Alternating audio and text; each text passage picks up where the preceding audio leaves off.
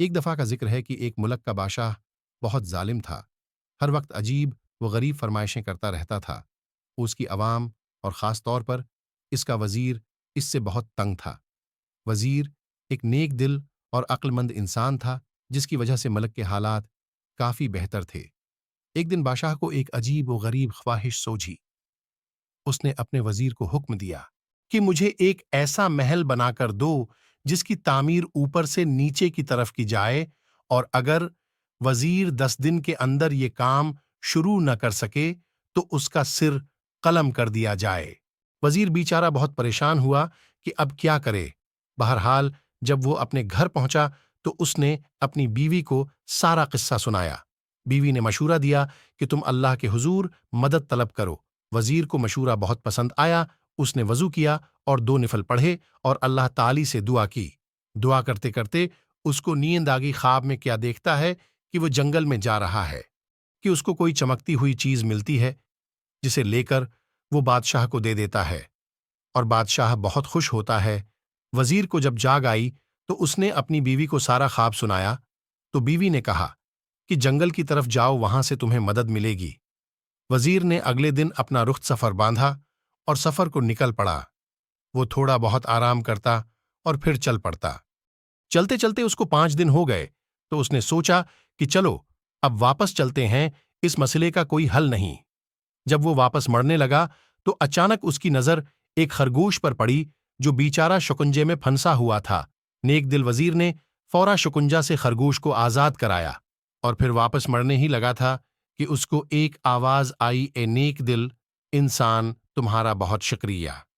وزیر حیرت سے مڑا تو کیا دیکھتا ہے کہ ایک چھوٹا سا بونا کھڑا ہے جو بول رہا ہے۔ وزیر کے پوچھنے پر اس نے بتایا کہ اس کو ایک جادوگر نے خرگوش بنایا ہوا تھا اور شکنجا کھولتے ہی جادوگر کا اثر زائل ہو گیا۔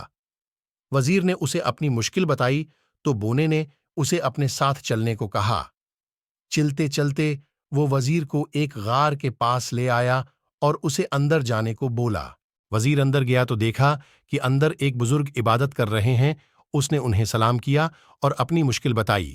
بزرگ مسکرائے اور کہا، بیٹا کوئی مسئلہ نہیں، اور ساتھ ہی وزیر کو ایک طوطا دیا کہ اس کو اپنے ساتھ لے جاؤ، یہ تمہاری مدد کرے گا۔